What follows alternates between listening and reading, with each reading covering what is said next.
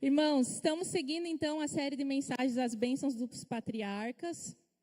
E para a gente relembrar um pouco, para aqueles também que estão chegando, o que são esses patriarcas? Os patriarcas são os primeiros homens, as matriarcas, as primeiras mulheres, né, acompanhando seus maridos, que serviram a Deus nessa terra e receberam uma promessa especial de Deus, que a partir deles, Deus faria um povo que lhe pertenceria, um povo que seria de exclusividade somente de Deus, que seria um povo separado dos outros povos, das outras terras, teria uma cultura própria e a quem Deus pertenceria como seu Deus. Então são homens e mulheres que andaram com fé, seguindo a promessa que Deus depositou sobre a vida deles. No Antigo Testamento a gente vai identificar esse povo como os hebreus, os judeus, e eles viveram em Canaã, onde se tornaram então, onde a Canaã se tornou a terra deles. Os principais patriarcas que a gente vai ver na Bíblia são Abraão, Isaac e Jacó, mas dizem estudos, os balões, dizem em torno de 24 patriarcas, se nós contarmos os homens de fé que passaram por essa terra antes do dilúvio, né? Pré-dilúvio, Noé, que nós já falamos nessa série também. Tem depois outros homens e mulheres de fé que expressaram a sua fé de forma extraordinária e também guiaram e foram liderança dentro do povo de Deus. Mas nós estamos dando ênfase a alguns nessa série. Já falamos então sobre Abraão, sobre Isaac, sobre as esposas deles e hoje nós vamos continuar falando sobre Jacó. Então são homens que inspiraram a fé de muitos, que posicionaram o povo. A partir deles também veio as 12 tribos de Israel, que é onde o povo se dividiu em 12 tribos, né, onde Deus operava e fazia o cumprimento das suas promessas. Então, nessa série, nós seguimos falando da vida deles e sempre tem um destaque especial em cada palavra. É que a gente entende que cada homem e cada mulher citado aqui eram pessoas imperfeitas, assim como nós, né? Tinham seus erros, tinham seus desvios de percurso muitas vezes, mas eram homens que caminharam em fé, em obediência à palavra de Deus e foram sendo transformados à medida que eles avançavam para esse propósito, para essa promessa que Deus chamou eles. Então, homens com uma fé extraordinária, e essa fé era mostrada e expressada principalmente através da obediência. Hoje tem muita gente que tem fé, né? Mas quando a gente vai para a palavra de Deus, a fé está muito ligada com a obediência. Então, realmente, nós sabemos quem tem fé em Deus, quem crê em Deus, é quem obedece a Deus. Esses homens, ele pode dizer que eles tinham fé porque eles obedeciam a Deus, eles pagavam o preço pela obediência, e Deus pôde usá-los em seu propósito de formar esse povo abençoado. Então, nós estamos falando também nos patriarcas, as bênçãos que esses patriarcas receberam e que também são bênçãos que Deus quer depositar sobre nossa vida. Principalmente a bênção de ter um relacionamento com Deus regado com experiências com Deus, com milagres, com provisões divinas, experiências profundas, né? Revelações a respeito de Deus, bênçãos de proteção, de sucesso, de prosperidade. Então, esses homens, eles carregaram essas marcas de um relacionamento com Deus. Nós já falamos, então, de Noé, de Abraão, Sara, Isaac e Rebeca, e hoje nós vamos iniciar falando de Jacó. A vida de Jacó ocupa mais ou menos 25 capítulos da palavra de Deus, então tem bastante pontos a serem tratados. E hoje eu quero falar em específico um trecho do início. Logo depois, né, a presbítera Daiane pregou sobre quando Jacó, né, estava ali no contexto familiar, ele estava naquele contexto de ter a bênção de Esaú, do irmão mais velho. Então chega um momento que Jacó tem que ir embora de casa em favor de proteger a própria vida dele. Então, nesse percurso que ele vai embora de casa, porque seu irmão, né, estava com ódio dele, queria matá-lo. Então, seus pais escolhem, então, que ele parta dessa terra, vá para uma outra terra em busca de uma esposa. Nesse episódio, eu gostaria de compartilhar com vocês, que está lá em Gênesis 28, versículo 10 em diante, você pode acompanhar. Jacó partiu de Berseba e foi para Harã. Chegando a determinado lugar, parou para pernoitar, porque o sol já se havia posto. Tomando uma das pedras dali, usou-a como travesseiro e deitou-se. E teve um sonho no qual viu uma escada apoiada na terra. O seu topo alcançava os céus e os anjos de Deus subiam e desciam por ela. Ao lado dele estava Deus, o Senhor, que lhe disse: Eu sou o Senhor, o Deus de seu pai Abraão e o Deus de Isaque. Darei a você e a seus descendentes a terra na qual você está deitado. Seus descendentes serão como o pó da terra e se espalharão para o oeste, para o leste, para o norte e para o sul. Todos os povos da terra serão abençoados por meio de você e da sua descendência. Estou com você e cuidarei de você aonde quer que você vá, e eu o trarei de volta a esta terra. Não deixarei enquanto não fizer o que lhe prometi. Quando Jacó acordou do sono, disse: Sem dúvida o Senhor está nesse lugar, mas eu não sabia. teve medo e disse: temível é esse lugar, não é outro senão a casa de Deus. Esta é a porta dos céus. Na manhã seguinte, Jacó pegou a pedra que tinha usado como travesseiro, colocou-a de pé como coluna e derramou óleo sobre o seu topo. E deu o nome de Betel àquele lugar, embora a cidade anteriormente se chamasse Luz. Então Jacó fez um voto dizendo: se Deus estiver comigo, cuidar de minha viagem que estou fazendo, prover-me de comida e roupa e levar-me de volta em segurança à casa de meu pai, então o Senhor será o meu Deus. E esta pedra que hoje coloquei como coluna servirá de santuário de Deus, e de tudo o que me deres, certamente darei o dízimo. Vamos aplaudir o Senhor por essa palavra maravilhosa. Glória a Deus que ela chega até nós os dias de hoje para nos ensinar.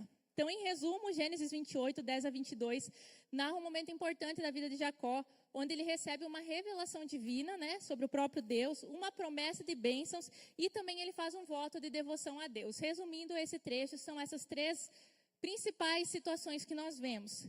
E vemos que Deus veio ao encontro de Jacó antes mesmo que Jacó seguisse o caminho proposto, o caminho de bênção que ele estava indo, né, o trajeto que ele deveria percorrer. Porque Deus precisava se revelar a Jacó, como Deus de Jacó. Então, antes dele seguir o seu trajeto, agora sem os pais, sem a sua casa, sem a sua história ali no seu ninho, Deus então marca, início dessa caminhada, um encontro com ele. E eu gostaria de compartilhar duas coisas importantes a respeito de Deus aqui, que nós podemos também aplicar para a nossa vida e ter como princípios para nós, para que o nosso caminho também seja abençoado, assim como foi para Jacó. Primeiro que você pode completar em sua guia: Deus é a certeza em meio às incertezas.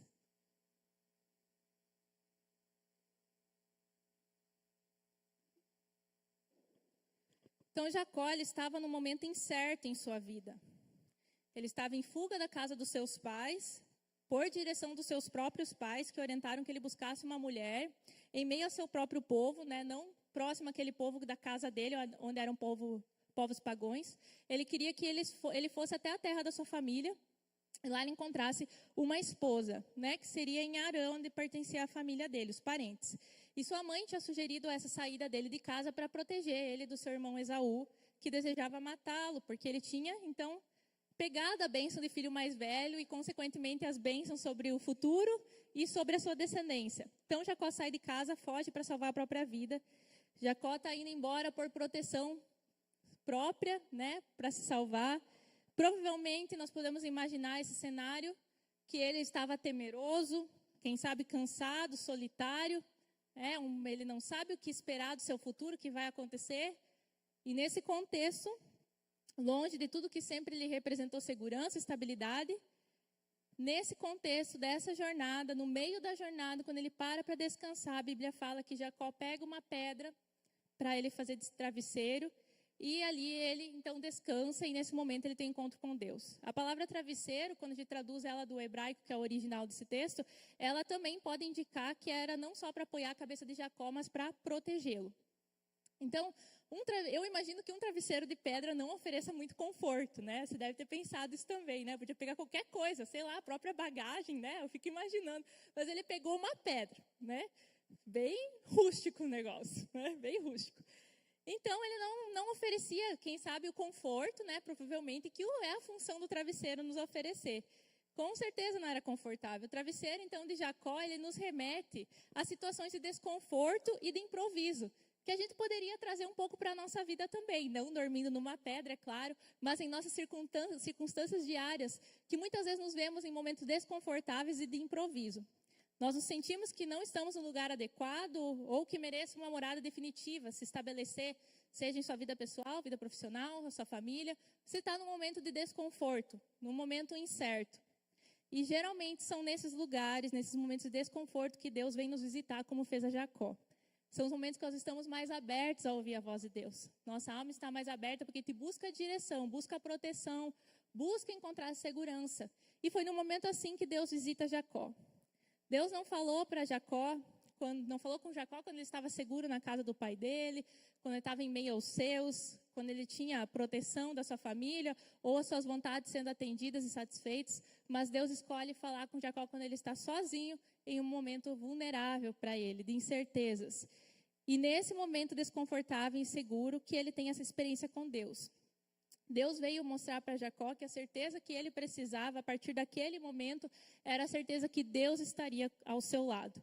Como no próprio sonho a gente vê, Deus ao lado dele, né? Ele tem a visão, o sonho da escada, dos anjos subindo e descendo, e Deus ao lado dele falando com ele. Então, para início da sua jornada, da sua caminhada, a coisa mais importante que Jacó precisava saber é que Deus estava com ele. E da mesma forma, Deus quer ser a nossa certeza. Nós estamos cercados de incerteza em nossa vida, mas se nós temos a certeza que Deus está conosco, certeza de quem é o nosso Deus, nós podemos nos considerar em um lugar seguro, um lugar de abrigo, em um lugar de descanso.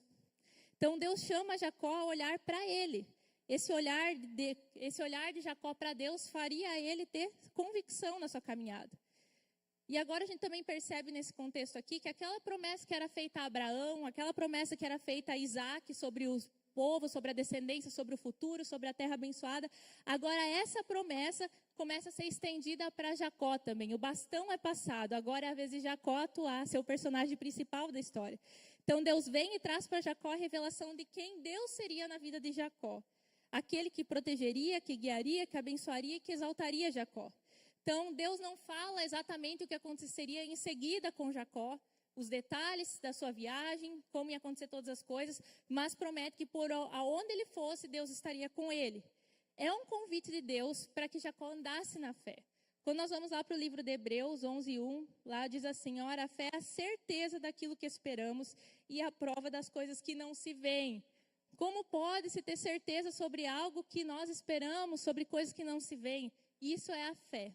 A materialização da fé é a certeza, a convicção que Deus está junto, que Deus irá fazer acontecer, a confiança na promessa de Deus. A fé é a prova que as coisas vão acontecer. É igual alguém chegar e dizer para ti, como é que você me garante que tem o céu? É por causa da minha fé. Eu tenho convicção, certeza. Essa é a prova que o céu existe. Eu fico imaginando quando as pessoas olham de fora, que não têm uma vida com Deus, qual é a maior prova da existência de Deus, fora toda a criação que te vê e tantas manifestações. Eu vejo para mim que é a manifestação da igreja. É um povo que crê nesse Deus, que se move nesse Deus, que acredita nessas promessas, que vê coisas acontecendo. É uma manifestação visível do que é invisível. Isso é a fé. Então Deus convida Jacó a seguir um caminho com certeza do que irá acontecer, no sentido de que Deus está guardando todos os detalhes, não sabendo exatamente ele, sabendo o que iria acontecer, mas que Deus sempre estaria com ele. Essa é uma realidade bem difícil de ser vivida por uma pessoa ansiosa. Aquela pessoa que gosta de saber dos detalhes para se sentir bem calma, segura e tranquila. O ansioso quer um plano bem detalhado e traçado, mas a pessoa de fé escolhe a certeza da presença de Deus. Então, nós sempre temos uma escolha a fazer na nossa caminhada. Se nós buscarmos a segurança por todos os fatos já apresentados a nós inicialmente, nós não vamos conseguir descansar, nós vamos estar ansiosos. Mas se nós nos apoiarmos na fé, na certeza da presença de Deus, nós podemos ter essa vida vibrante no Senhor. Então, a ansiedade ela é fruto da incredulidade, ela é totalmente ao contrário à fé, é uma linguagem oposta. É impossível a fé e a ansiedade andarem juntas. E Deus, ele não fala com a nossa ansiedade, ele fala com a nossa fé. Eu não sei se você já sentiu que Deus não respondeu algumas orações suas.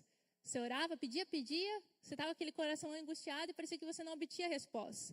Quem sabe você está querendo que Deus fale com a sua ansiedade e não com a sua fé.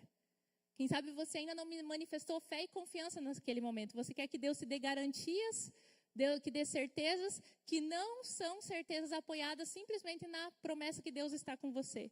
E Deus não conversa com a nossa ansiedade, Deus fala com a nossa fé. Porque a ansiedade é uma linguagem contrária à fé. Então, esse convite de fé, de Jacó andar nessa confiança de Deus, sem se preocupar com amanhã, sabendo que Deus estaria com ele. E nós sempre vemos isso nas aparições de Deus aos patriarcas. Uma revelação a respeito de quem ele é e o que ele pode fazer. E sempre tudo que Deus fala aponta para ele. É como se Deus tirasse os olhos daquele patriarca, e assim ele faz conosco também, quando ele vem falar conosco. Ele tira os olhos de nós mesmos e faz nos olharmos para ele. Tudo é a respeito dele. Às vezes, quando a gente vê algumas histórias aqui dos patriarcas, das matriarcas, a gente fica naquele desejo de saber mais detalhes de como eles fizeram para sair tudo certo, para dar tudo bem, que tipo de oração eles oraram, de que forma eles fizeram.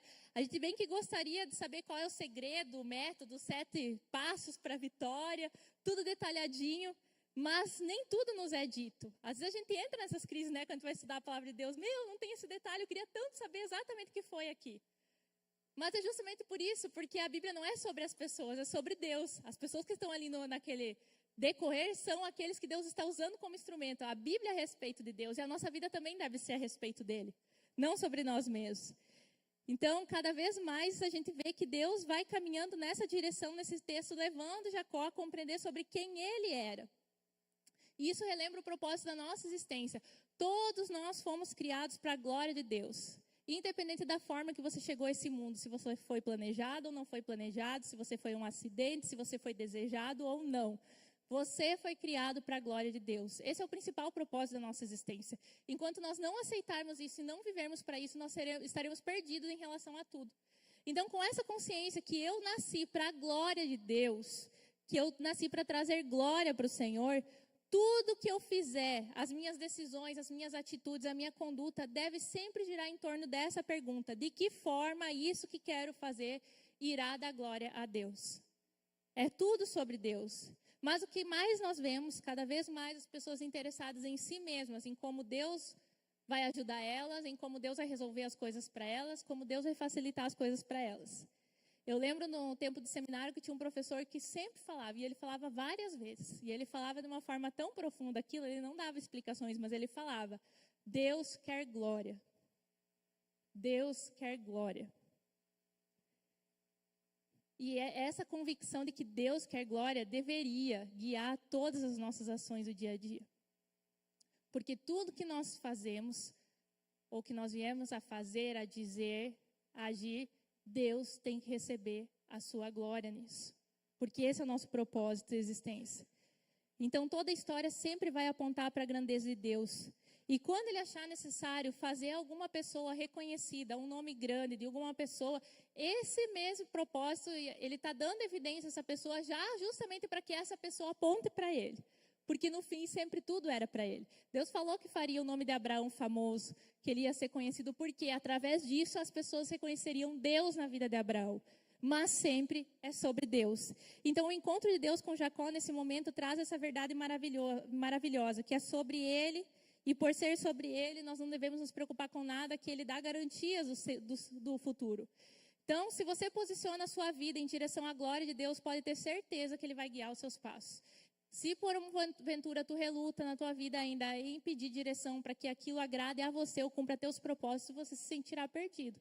Porque Deus sempre vai direcionar para ele. Os teus negócios, Deus vai fazer de alguma forma que gire para ele. A tua família, de alguma forma que fale sobre ele. O teu estudo, tua profissão, alguma coisa sobre ele. Sempre vai apontar para Deus. Então, Deus sempre vai encaminhar para essa forma. E voltando ao encontro de Jacó com seu abençoador, o próprio Deus, Jacó então começa a conhecer e responder a Deus por si mesmo. Já não é mais o Deus de Abraão, de Isaac, agora é o Deus de Jacó. Agora Jacó tem uma experiência com Deus. E eu aproveito essa situação aqui dele para destacar algo muito importante sobre a importância da experiência pessoal nossa com Deus. Principalmente as crianças, os adolescentes, os jovens, ou quem sabe aqueles parentes que acompanham o cônjuge, ou os pais, ou os filhos na igreja, mas ainda não tiveram essa experiência pessoal com Deus. Deus não quer ser só o Deus do seu pai, o Deus da sua mãe, o Deus do seu cônjuge, o Deus do seu filho. Deus quer ser o seu Deus. Deus quer que você possa dizer: esse é o meu Deus. Então, todos nós precisamos ser marcados em algum momento com uma experiência de um encontro com Deus. O momento que você decide fazer de Deus o seu Deus. E não mais o Deus da sua mãe, do seu pai, do seu irmão, da sua irmã, do seu filho, do seu cônjuge. Você precisa individualmente ter suas experiências com Deus, o seu encontro. Eu praticamente vivi minha infância na igreja. Ali pelos 7 anos eu acho que eu fui para a igreja, né? O pai e a mãe lá. Lá pelos 7 eu comecei na igreja com eles. Começou o pai, depois foi a mãe. O pai levando os filhos, depois foi a mãe. Os 4 filhos, né? Era uma escadinha para entrar. Todos nós fomos para a igreja. E eu sempre amei a igreja, cresci na igreja, no Kids, mas eu lembro que teve um dia lá por volta dos meus 12 anos, acho que como é que se chama esses momentos evangelísticos que traz alguém de fora e tem pregador de fora. E teve um momento que eu senti muito forte Deus falando comigo. E eu tive consciência, convicção naquele momento do meu estado de pecado, que eu precisava de um Salvador e que para eu morar no céu eu precisava receber Jesus em meu coração e que Jesus queria ser o meu Senhor. Eu cresci como criança, amando as coisas de Deus, amando Jesus, mas teve um momento que o Deus dos meus pais teve que se tornar o meu Deus. Eu tive que tomar essa decisão, por mais que eu cresci uma boa parte na igreja. Assim é com as crianças, com os adolescentes, com os jovens. Tem um momento que você tem que ter um encontro com Deus. Você vai decidir por você mesmo que você recebe Cristo na tua vida, que você precisa dele e que você quer fazer de Deus o seu Deus. Então Jacó teve essa experiência, já não era mais o Deus do seu pai, do seu avô, mas era o seu Deus. E aqui é interessante a gente perceber alguns símbolos importantes no relato de Jacó que aprofundam a nossa compreensão a respeito de Deus. É legal a gente ver uma simbologia nas coisas, nas histórias relatadas na Bíblia. Por exemplo, a pedra que Jacó fez de travesseiro, ela nos remete ao símbolo de Cristo, que é a pedra fundamental. Lá em Efésios 2:20 fala que nós vamos construir uma edificação, mas a pedra fundamental é Jesus Cristo. É aquela que sustenta. É aquela que nos dá descanso, que nos dá abrigo, que nos dá segurança, que nos dá um lugar para repousar a cabeça. É Jesus Cristo. Outro símbolo importante que nós podemos destacar na experiência de Jacó é quando Jacó sonha com uma escada dos anjos subindo e descendo. Então a gente pode interpretar como um símbolo da comunicação entre o céu e a terra, que temos agora a possibilidade de nos relacionarmos com Deus. Deus quer ter esse relacionamento conosco. Deus quer que a gente tenha esse relacionamento com Ele. Então, todo aquele que descansa a sua vida sobre a rocha, sobre a pedra fundamental que é Cristo, encontra o caminho de acesso a Deus. Jesus é esse caminho que nos leva ao Pai. E Deus quer se relacionar conosco. Deus quer estar conosco, que é o que Ele revela nesse trecho aqui. E com isso eu quero entrar no segundo ponto também, que diz: Deus está mesmo que eu não saiba.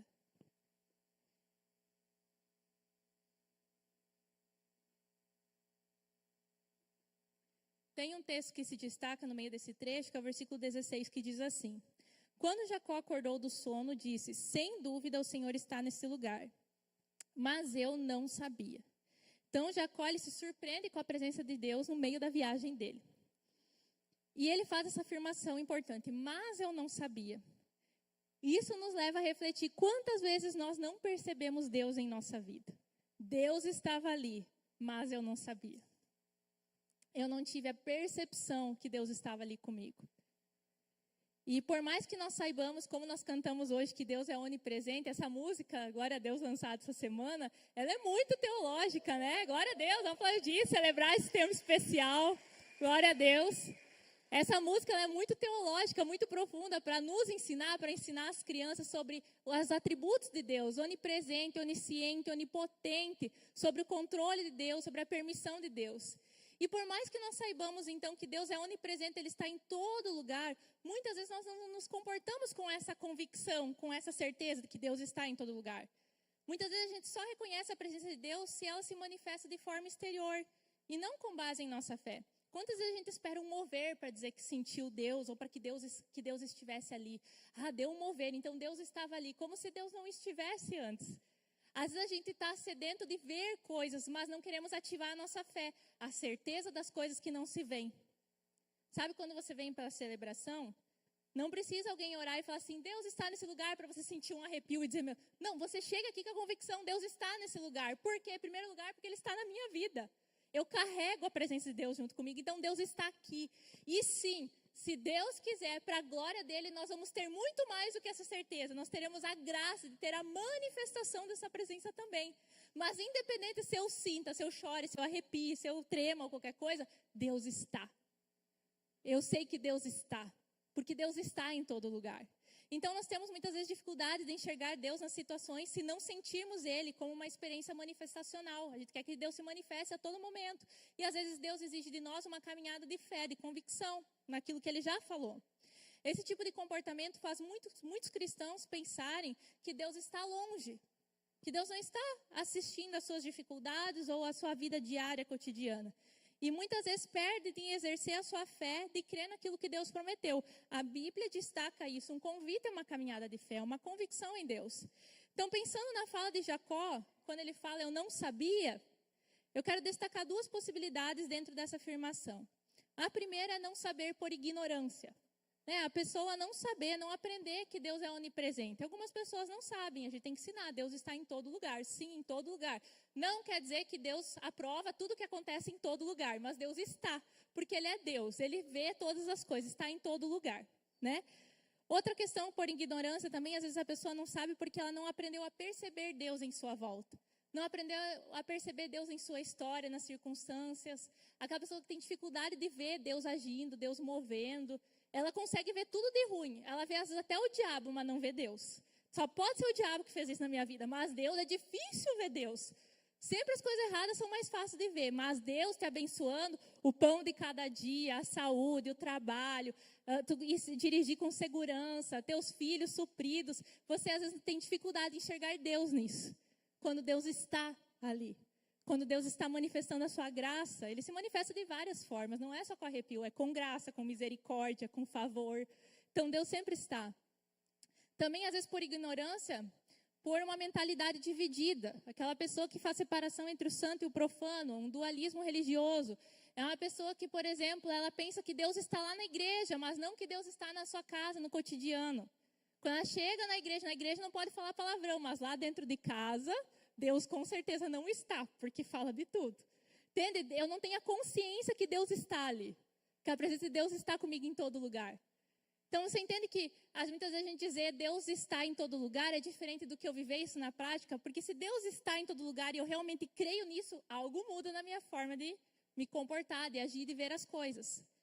Então, tem algumas pessoas que não sabem, por ignorância, por estar desenvolvendo essa caminhada. Eu creio que Jacó era parecido com isso mesmo. Jacó, ele via Deus na vida do seu pai, na sua história, ali nos momentos de oferecer ofertas, sacrifícios, mas ele ainda não tinha aquela experiência dele perceber, Deus está comigo, não só com o meu pai, com o meu avô, com a minha mãe. Deus está comigo, Deus está aqui comigo. Então, ele vai desenvolvendo isso. Então, na caminhada de fé, ela desenvolve isso. E também, às vezes, a gente não sabe porque não quer saber. Tem pessoas que dizem, eu não sei, mas não é que ela não sabe, ela não queria saber, né? Ela não queria procurar sobre isso.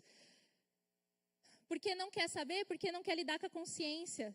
Prefere pensar que não sabe a respeito das ordenanças de Deus, a respeito da presença de Deus.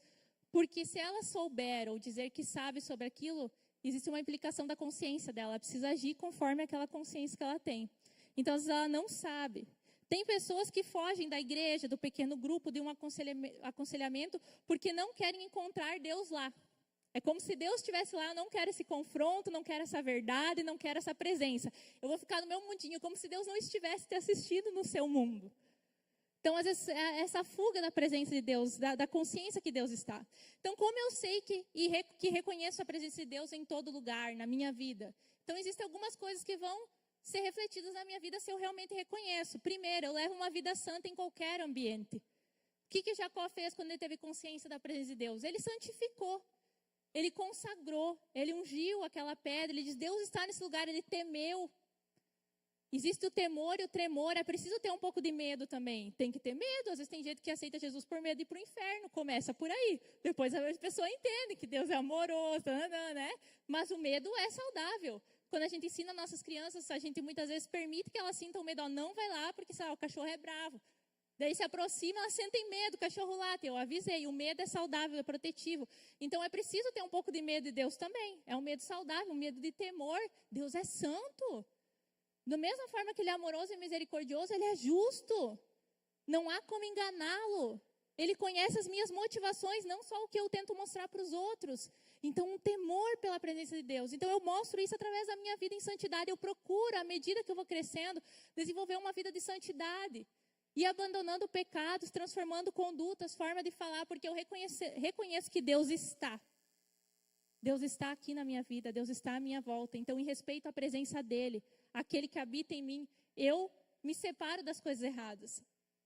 Também reconheço que todas as coisas que acontecem, Deus está no controle. Seja por sua vontade soberana ou sua vontade permissiva. Deus quis que algo acontecesse ou que Deus permitiu. Eu consigo enxergar a presença de Deus, a manifestação de Deus nas coisas da minha vida. Deus está no controle. Isso manifesta que eu realmente reconheço a presença de Deus em todo lugar. Também não dependo de lugares ou pessoas para estar com Ele. tenho um relacionamento pessoal e íntimo com Ele. Eu não tenho consciência da presença de Deus só quando eu estou na igreja, só quando eu estou com uma pessoa espiritual. Não, eu, por mim mesmo, consigo ter um relacionamento pessoal com Deus. Outra forma de eu mostrar que eu reconheço a presença de Deus, tenho sensibilidade espiritual para perceber uma manifestação de Deus e responder a ela. Deus está agindo, Deus está movendo, está fazendo algo, você embarca nisso. Um exemplo simples, Deus pode mover algo nesse lugar, um dia numa celebração, e quem está ministrando orienta, comece a orar nesse lugar, nesse momento agora, ore para que... E ele orienta a oração. Se você tem consciência da presença e manifestação de Deus em todo lugar, você vai corresponder a essa orientação. Você vai começar a orar, direcionado naquilo que foi orientado por quem está ministrando. Você não vai ficar apático. Uma pessoa apática que pensa que os outros têm que orar, é uma pessoa que não reconhece a presença de Deus, a santidade de Deus sobre aquele mover, aquele ambiente. Então eu entro junto. Eu dou aleluia, eu dou glória a Deus. Se você não gosta de falar e se expressar em voz alta, você está com o teu coração ali, sabe?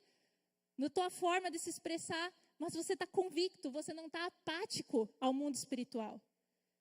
Por mais que às vezes você não compreenda, você obedece e vai fazendo. Vou orando, não estou sentindo nada, vou orando. Inúmeras vezes Deus falou comigo, tocou de uma forma manifestacional, quando eu só estava obedecendo, não estava sentindo nada, não estava diferente, de repente, do nada. Deus trouxe uma palavra para mim, Deus mandou do nada eu orar por uma pessoa. Já aconteceu do nada, assim, eu estava ali cantando, já pensando, esse horário, eu vou entrar e cantando e orando, ali no momento, e de repente do nada Deus manda eu orar por uma pessoa. E eu fico pensando, será que é Deus? Não é? Quando eu vejo, eu já estou com a mão na pessoa. Né? Porque Deus está movendo, porque eu fico naquela, Deus, eu fico na expectativa, se é o Senhor, né? Mas eu não estou apática ao que Deus está fazendo. Né? Não estou com aquela postura de avaliação. Quantos vêm na igreja para avaliar? Avaliar o pregador ou a pregadora, hoje sou eu, né? Tem gente que hoje está me avaliando, né? Amém, faz parte do processo. Vem avaliar o louvor, vem avaliar as coisas. Não que você não possa, né? Avaliar no sentido de quero cooperar, dizer dicas de o que nós podemos fazer, cuidar. É aquela pessoa que está junto, amém. Mas tem pessoas que vêm para criticar e avaliar justamente para se eximir da sua responsabilidade diante da palavra ministrada. Vem pensar sobre a vida de quem está do louvor, ou quem está na recepção, quem está no kids, quem está na mídia. Eles se escondem lá, mas a gente consegue ver tudo eles ali, ó. Quem está lá na mídia, o que ele está lá na mídia, por quê, né? Tem pessoas que têm essa postura. Ela não vem junto com o ambiente para entronizar a Deus, para louvar nesse momento. Ela vem para avaliar, ela está apática espiritualmente. Ela não reconheceu que nós estamos aqui para fazer uma coisa para o Senhor. Então, são critérios que a gente pode avaliar em nós mesmos para ver se a gente, de fato, está reconhecendo a presença de Deus. Nunca vai mudar o fato de que Deus está em todos os lugares. Mas o que pode mudar é a nossa percepção em relação à sua presença. À medida que você avança na sua caminhada de fé, você vai percebendo Deus. E nem sempre precisa de uma manifestação visível. Você percebe o agir de Deus. Você conhece, já percebe como Ele faz, sabe? Sabe quando você está dentro de casa e ouve um barulho, tu já sabe, meu filho está aprontando? Né? Você tem uma percepção das coisas. Ou quando está chegando o carro, entrando na garagem, chega assim, está chegando o carro na rua. Ah, é meu marido que está chegando. Você tem uma percepção, você se acostumou à intimidade e lhe trouxe isso. Com Deus é assim. Às vezes você não está acontecendo algo visível, mas a percepção, eu conheço esse jeito de agir. Eu conheço isso aqui que está acontecendo. Deus está. Né? Então, eu desenvolvo isso, eu posso desenvolver essa percepção. Peça para Deus dar essa sensibilidade para você. E para isso precisa de uma humildade. Em olhar para Deus e não para situações ao redor, os outros. Quem fica o tempo todo reclamando dos outros, murmurando contra os outros são um problema da sua vida, não vai ter percepção de Deus. Não vai ter percepção de Deus. Se a sua vida reclamar sobre o que os outros fazem contra você, as situações difíceis da tua vida, você não vai ver Deus. Você vai ver problema o tempo todo. E vai condicionar a sua vida espiritual aos outros. Larga a mão de ver os outros, siga para Deus. Siga para Deus. Deixa Deus mostrar para você quem Ele é. Não se preocupe com as circunstâncias à sua volta. Nunca há um momento em que Deus não esteja presente conosco, mas há momentos em que Deus não irá manifestar a sua presença de forma visível, né? Que a gente diz as manifestações de Deus, que a gente sente no nosso corpo físico, por exemplo. Às vezes a sua presença não é clara ou óbvia à nossa percepção. A nossa fé, a gente sabe que Ele está. Mas a nossa percepção, às vezes, a presença de Deus não é óbvia. Essa é uma razão porque nós somos chamados a andar pela fé e não pelo que vemos, que está lá em 2 Coríntios 5:7. Andem por fé e não pelo que vem. Então, às vezes, nós vamos exercer a fé em relação a algo. O objetivo principal da presença manifesta de Deus é que a nossa consciência sobre ele seja despertada. E foi isso que aconteceu com Jacó, porque Deus se manifestou a ele. A presença de Deus já estava em todo lugar. Por mais que Jacó não soubesse, mas Deus decidiu manifestar para que desse momento Jacó despertasse para Deus. Então Jacó estava sendo despertado para uma vida espiritual com Deus. E aqui inicia a caminhada pessoal dele. E Jacó responde imediatamente à sua presença, a presença do Senhor, com o temor e com o voto. Então nós sabemos que uma pessoa respondeu à presença de Deus, recebeu a presença de Deus, quando ele tem uma resposta a essa presença. E a vida de Jacó reflete muito isso nesse momento. Ele respondeu essa presença com temor e com um voto. Então, a primeira reação de Jacó foi santificar aquele lugar.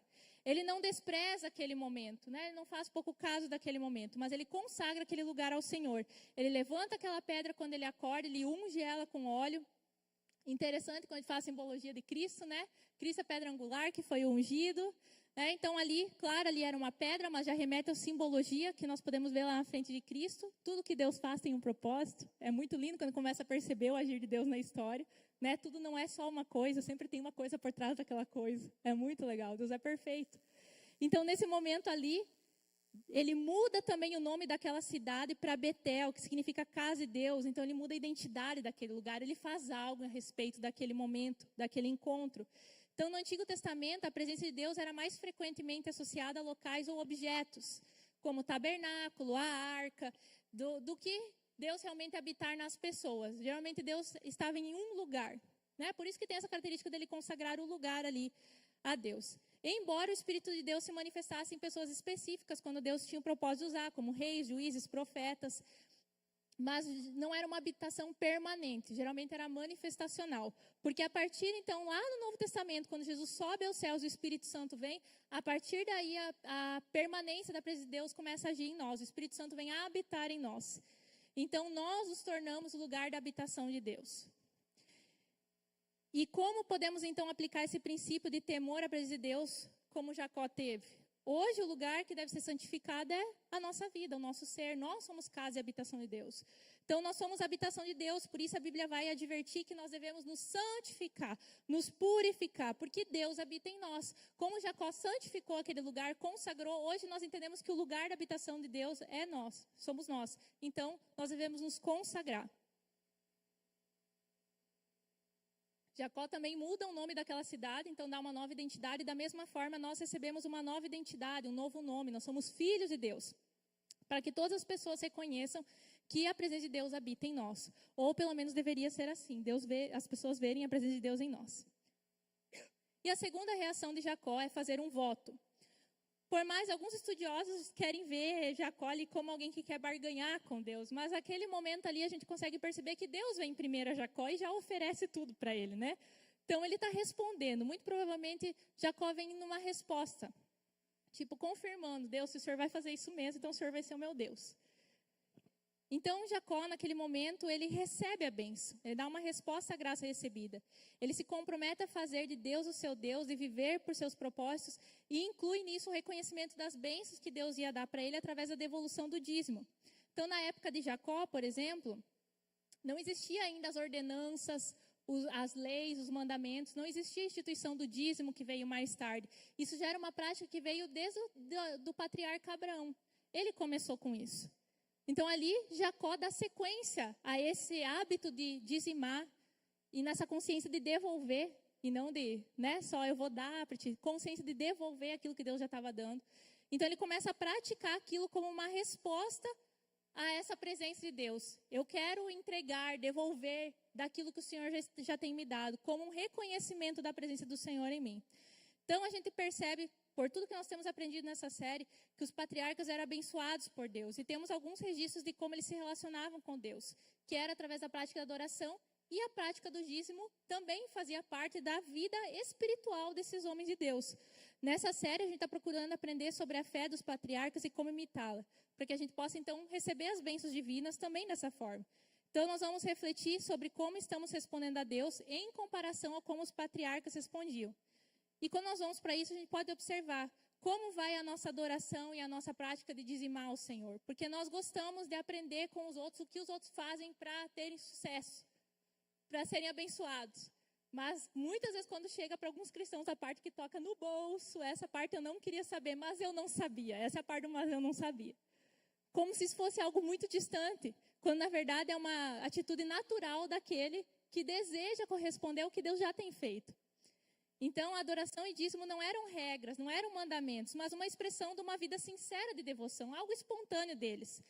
Como esta nossa adoração, como está então a nossa entrega também ao Senhor? Nós podemos nos avaliar pela vida dos patriarcas, porque a Bíblia fala que eles agradavam a Deus. Então, não está difícil de perceber como nós podemos agradar a Deus também. Né? Nós podemos imitar a fé deles e o andar deles. Conclusão, a primeira coisa que Jacó precisou ter em sua jornada foi um encontro com Deus, como nós vimos aqui nesse trecho. A revelação de quem Deus é, de forma pessoal, de forma próxima, foi o que alinhou Jacó para a sua caminhada, para o propósito que Deus tinha para a vida dele. Então, não haverão bênçãos sem conhecer o Deus da bênção.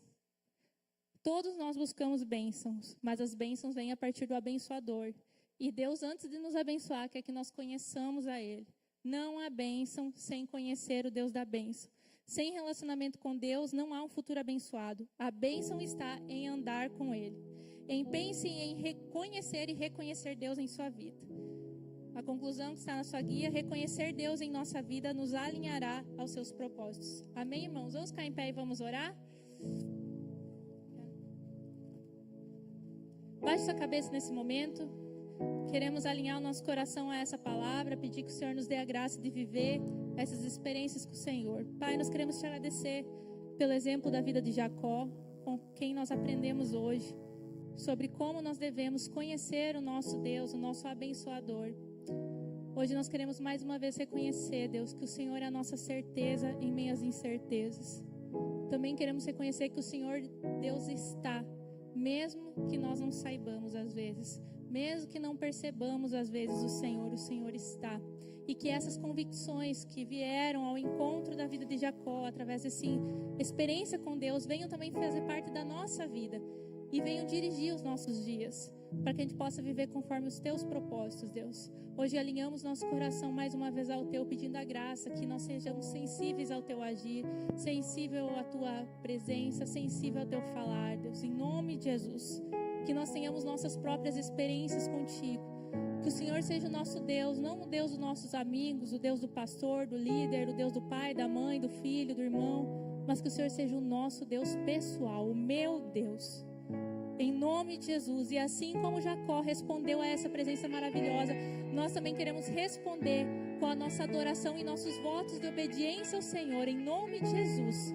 Nós queremos corresponder a essa presença maravilhosa com temor. Nós queremos corresponder a essa presença maravilhosa com santificação.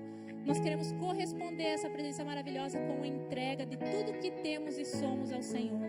Que o Senhor nos dirija em nossos passos e que eles agradem o Senhor em nome de Jesus. Amém.